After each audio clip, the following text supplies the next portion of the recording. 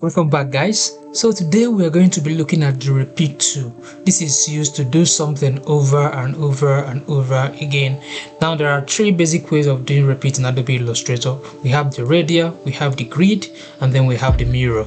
So I'm going to be showing you how you leverage on this tool to create multiple patterns of object that nobody has ever done. So let's assume you have a circle like this and you want to create this. You quickly go to your object, scroll down to repeat, and you could see we have the three kinds of repeat options, and we can click on more options to navigate through the way we want things to appear whenever we select any of the repeat choices. So we could see we have the radial, the grid, and the mirror. Now on the radial, you could see that we have by default 8 number of instances to happen quickly whenever we create this, and you could see that by default this is at 0. You can decide to have it at 90 degrees, but I'm going to just leave it empty and I'm going to cancel this. Now when I go back to my object on repeat, if I click on radial, it's going to repeat this object 8 times. Now you can see I have this, and you can see that it's radially arranged. Click and drag holding my Shift Alt key. I'm going to duplicate this.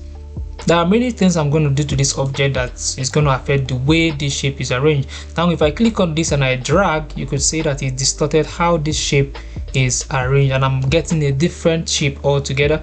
And if I click on this, you could see I'm making some kind of changes to the number of shapes that I have here. I'm going to close this up. I'm going to increase this to have this back again. Close this out. Then I can increase the number of circles I have here by clicking and dragging down. I'm decreasing it. If I want to increase it, I will drag up, and if I keep dragging, I will keep having many instances. You can see right now I'm at 56 instances. Let me just try to make it 50 and then stop. You can see I have some other kind of shape. Now this shape, if you want to create it with a circle, it's going to take you longer time to have multiple circles that are going to give you this shape. But with the repeat tool, you can repeat a particular thing over and over and over and over again. Now I'm going to hold my Shift key and I'm going to click this circle and then drag. You can see I've changed the orientation to this direction, and I can increase this. If I click and drag to another region, I'm kind of distorting the distance between the instances, and if I bring closer, I'm kind of reducing the distance between the instances. So you can play around this to see what you're going to achieve at the end. I'm going to do the same thing here. Click on this, go to my object, go to repeat, click on radial, and it creates 8 patterns for me. I'm going to select this, holding my Shift Alt key to duplicate this, and I'm going to increase this by clicking on this and then dragging up. I'm increasing the number of instances. Let me make it 50 as well. And you can see I have some other kind of shape here. Now I have this star shape. Let me go back to my object, click on repeat and select radial. Now I have this A stuff here. So now I want to leverage on the expansion tool. Because you can see that these shapes, I cannot really separate them, right?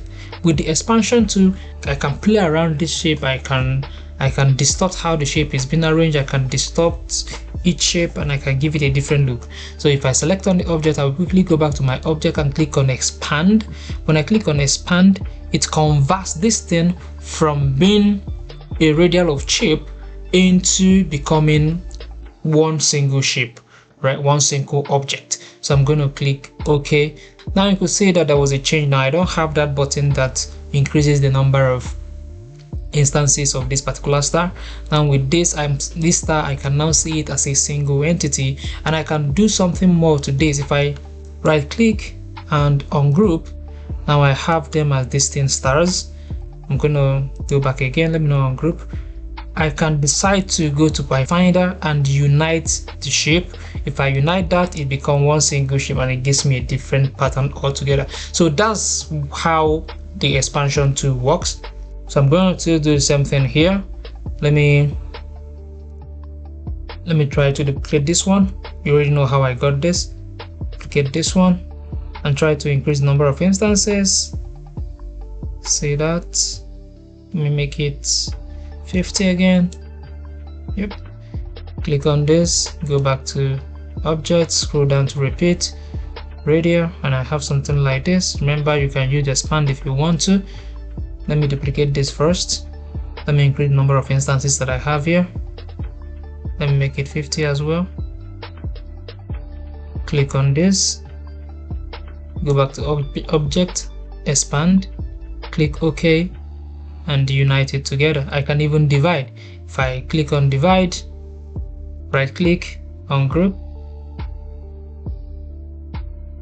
see I have different shapes right now. So depending on whatever you want to achieve, you can find these two very handy.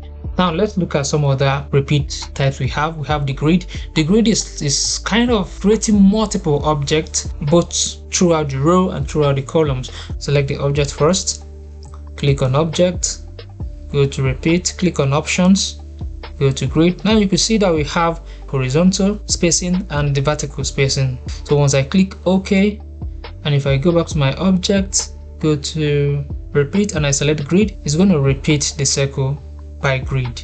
You will see I have 2 rows and I have like about 4 columns. If I click and drag here, it's going to increase the number of circles I have here on the horizontal side. If I click and drag here, it's going to increase the number of circles I have in the vertical side. Now with this, I can increase the instances of circles that I have, and I can decrease the instances of circles that I have. This is happening horizontally, and if I want to do that vertically, I'm going to select this one and I click on this. I have it this way. So depending on whatever you want to do, you can use this to create very unique patterns that you're going to use maybe on your flyers or even your illustrations.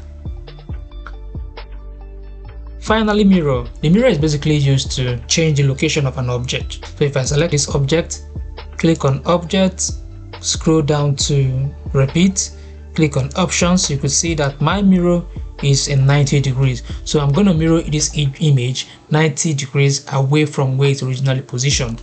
So if I have it at 90, go back to my object, scroll down to repeat and mirror it, you could see it's happening at 90 degrees. Now this, I can use this to change the distance between the two objects. If I click on this and drag, you can see I'm changing the distance between the two objects. I'm at liberty to do that.